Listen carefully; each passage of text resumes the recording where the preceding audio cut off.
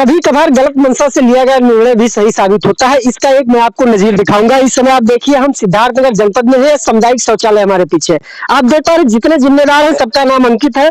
श्रीमती शकुंतला लिखा हुआ है यहाँ, जो ग्राम प्रधान, फिर अंकित कुमार सचिव, विजय कुमार तिवारी आबलिक प्रिया मिश्रा जो खंड प्रेरक है। खंड प्रेरक मैं आपको बता दूं, कई बार मैं बता चुका हूं अपने दर्शकों को कि खंड प्रेरक जैसा कि नाम है इसका, इस पद को सृजित किया गया स्वच्छ भारत अभियान के मिशन के तहत। भारत सरकार ने इस पद का सृजन किया। इस पद का काम यह था कि ये जागरूकता फैलाए शौचालय की उपयोगिता को लेकर, और जो शौचालय सरकार के पैसे से या उनके अनुदान से जो बन रहा हो उसकी क्वालिटी को जांचे, उसके बाद जियो टैग करा के सरकार के रिकॉर्ड में इसको बतावे कि यह संचालित है।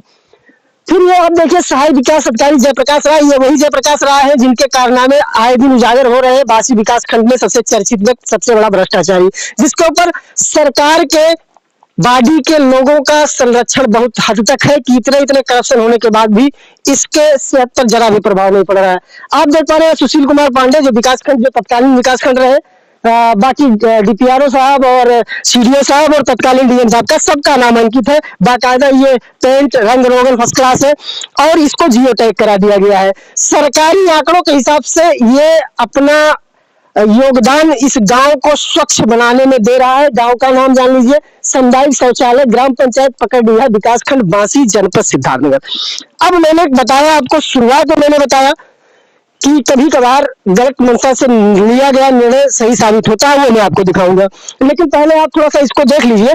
ये जो शौचालय है, शौचालय के बनने में ही डिस्प्यूट है, क्योंकि यहाँ आप देख पा रहे चारों तरफ इस शौचालय के किसानों की जमीनें हैं, जमीन है जिसमें खेती होती है। इसके पीछे भी, इसके इस साइड भी, उस साइड शायद नहीं है, लेकिन अभी जो मुझे पता चला ये डिस्प्यूट है जमीनों को लेकर, इसलिए यहाँ कहीं अगल बगल इसका गड्ढा नहीं बनाया गया। अब मैं आता हूँ फ्रंट पे।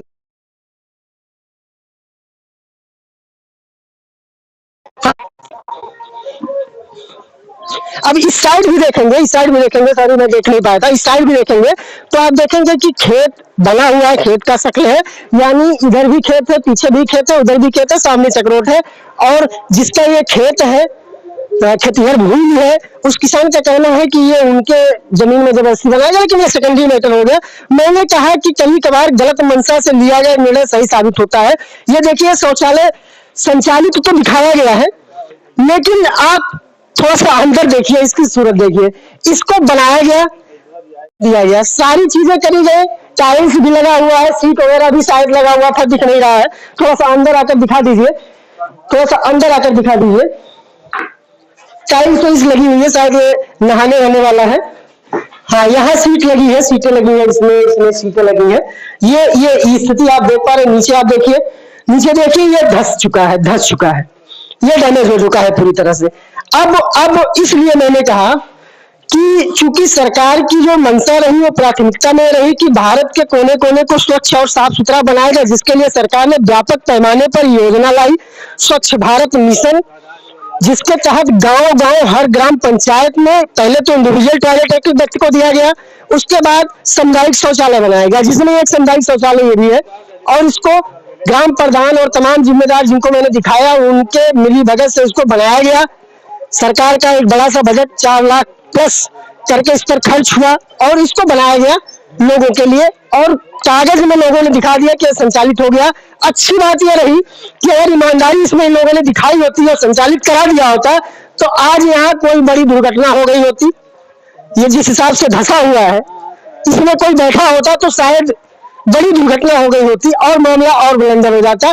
लेकिन इनकी जो गलत मंशा रही, खाऊ कमाऊ नीत, भ्रष्टाचार, हर मामले में इन्होंने भ्रष्टाचार किया और लेट किया, पैसा खा लिया, चालू नहीं हुआ तो कम से कम जान नहीं गई, जान माल का मतलब क्षति तो हुआ, राजस्व की क्षति हुई, लेकिन किसी की जान की क्षति नहीं हुई। इधर अभी ये नहीं धंसा हुआ है, हालांकि ये भी धंस सकता है, जो इसका स्वरूप है वही स्वरूप उसका था।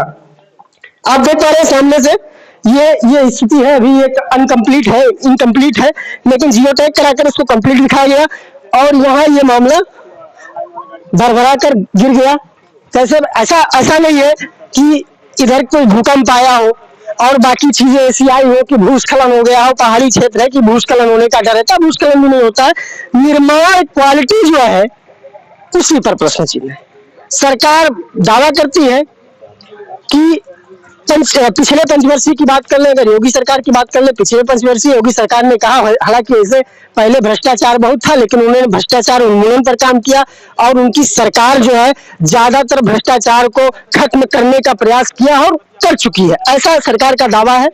फिर कार्यकाल दूसरा आया, इसमें भी सरकार का यही दावा रहा है कि अब उनके कार्यकाल में भ्रष्टाचार कम हो रहे हैं, लेकिन यह सीधा सामने आपको एक उदाहरण है कि किस कदर सरकार जो दावे करती है जमीनी हकीकत उससे इतर है, वो धरातल पर ये समझ में नहीं आता कि सरकार अपने आप को पाक साफ कहती है, बड़े बड़े दावे करती है, बड़े बड़े ठोक के बात करती है कि हम भ्रष्टाचारियों को छोड़ेंगे नहीं, उनको उनके अंजाम तक पहुंचाएंगे और हमारे कार्यकाल में किसी भी विकास कार्य में भ्रष्टाचार क्षम्य नहीं होगा। लेकिन ये समझ नहीं आता है कि जो सरकार कहती है बड़े बड़े मंचों से, सदन से, वो धरातल पर दिखाई क्यों नहीं पड़ता है? क्या कारण है? क्या सरकार की मंशा अलग है